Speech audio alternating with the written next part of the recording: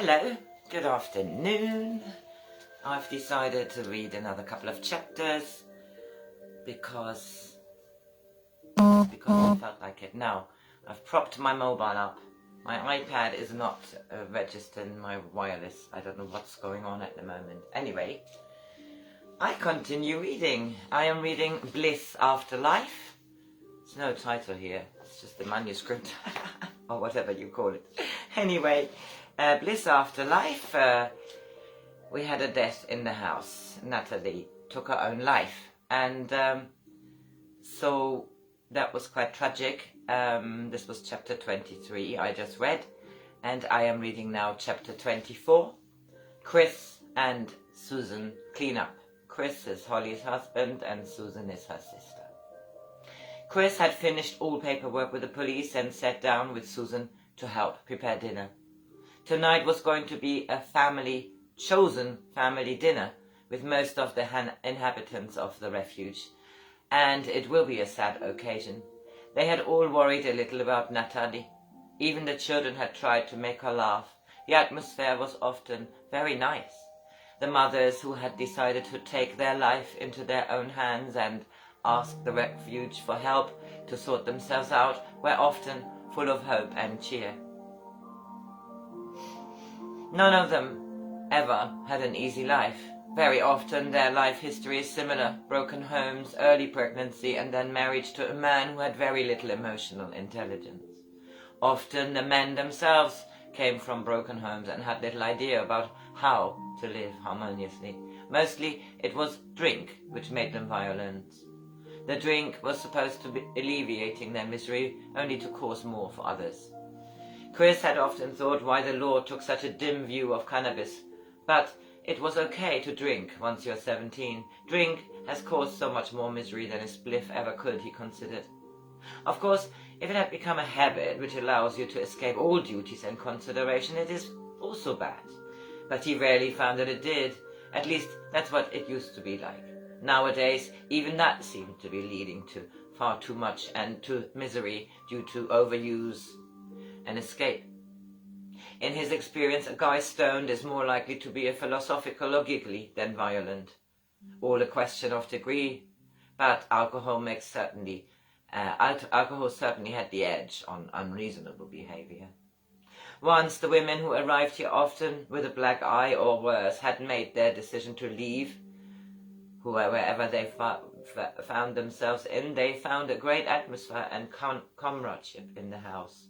More often than not, 2 or 3 women decided to take their children and find a place large enough to accommodate all of them, and they lived then together, more peacefully, because they were all hands-on. Susan was great in organizing these moves, and was well known to the local estate agents and housing associations. Chris smiled to himself. Both sisters, Holly, his wife, and Susan, were very decisive and assertive women. Well, Bliss had always been an energetic woman who taught them to get on and do themselves as much as they can. She taught them from an early age that without compassion and understanding, life would be a struggle, and she was always keen that they look at life as positively as possible.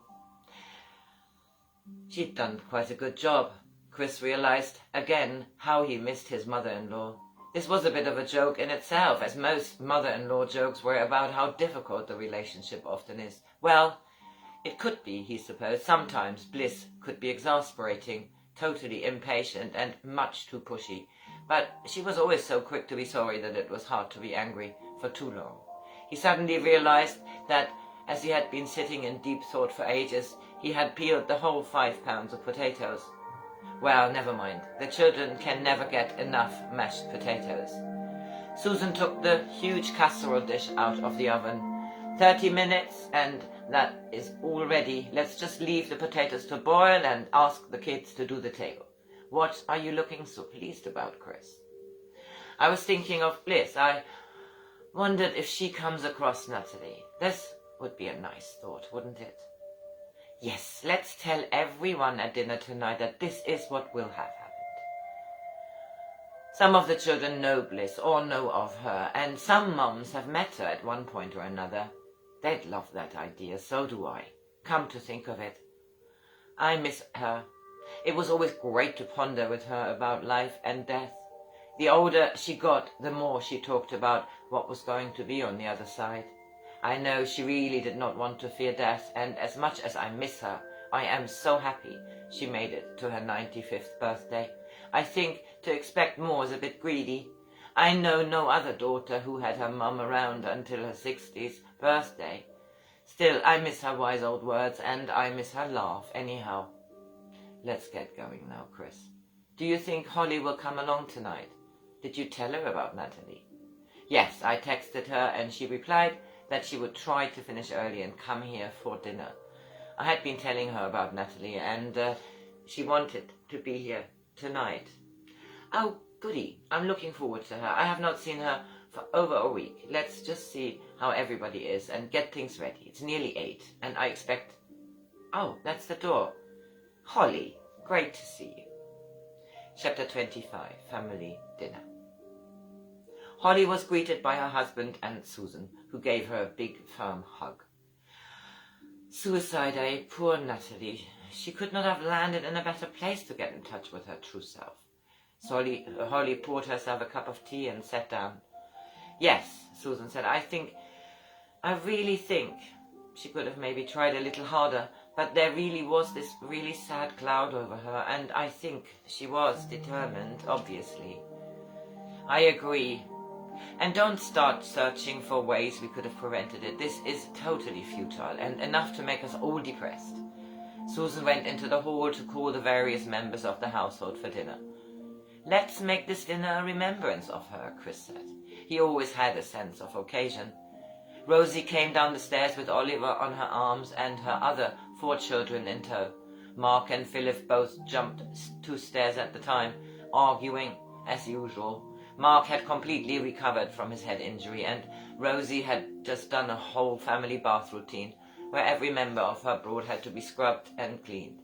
They all had wailed, but we all knew that secretly they all loved this routine. Isabella had joined them with Alice, Mark, and Geraldine. Sinead and her 3 children were just coming in, and Dilly with her son, Winston. Sophie and her son were out. They were trying to find a place for themselves to live, as Sophie had found a good job. Thank goodness for the large table. It could accommodate all 19 of them. A bit squeezed, but it added to the atmosphere of the togetherness. Everybody mucked in, and there were soon steaming bowls on the table, and everybody started to pile their plates. Shall we all give a thought?